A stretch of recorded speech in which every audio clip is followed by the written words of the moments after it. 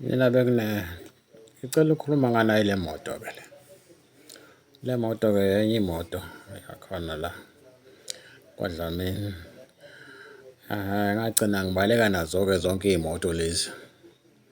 Uma ngibaleka nale moto lezi ngaye ngafaka kwelinye ihlathi leli engangihlala khona.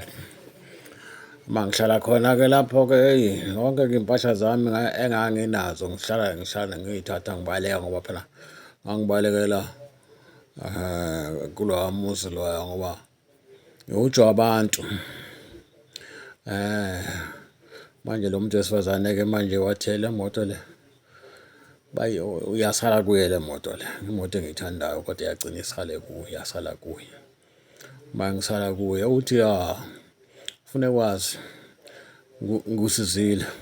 ngusindisile iy'ngane zakho zihlangane zokuphuca imali engango-100,000 ehamba ney'gebengu yakuphuca 100,000. Ngakusindisa futhi umfazi wakho ehamba ney'nyanga befuna ukufe.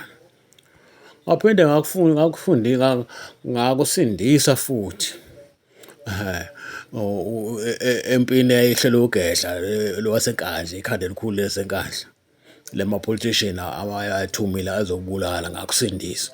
Manje uyabona into ey'ningi engizele zona yiningi kangakanani.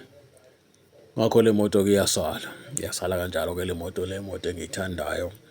Isala emzini othile lo ngangikuwo ngibalekele khona.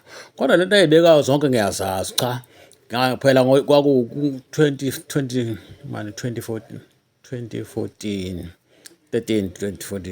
lapho engangihujwa khona ama-politician onke ayethunywa ugedla kusaphethe yena ikhanda leli lasenkandla igixi zasekhanda. Okusaphethe yena-ke wathuma lama-politician ukuthi aze angithole ufuna ikhanda lami. Ngisho ugedla lo ikhanda elikhulu leli lasenkandla mina. Futhi wayelento okuthiwa iy'Nzule. So lo mfazi ke manje uthi-ke hhayi angithi ubonile ngusizile ey'ntweni ey'ningi. Hhayi uqinisile futhi ngabo.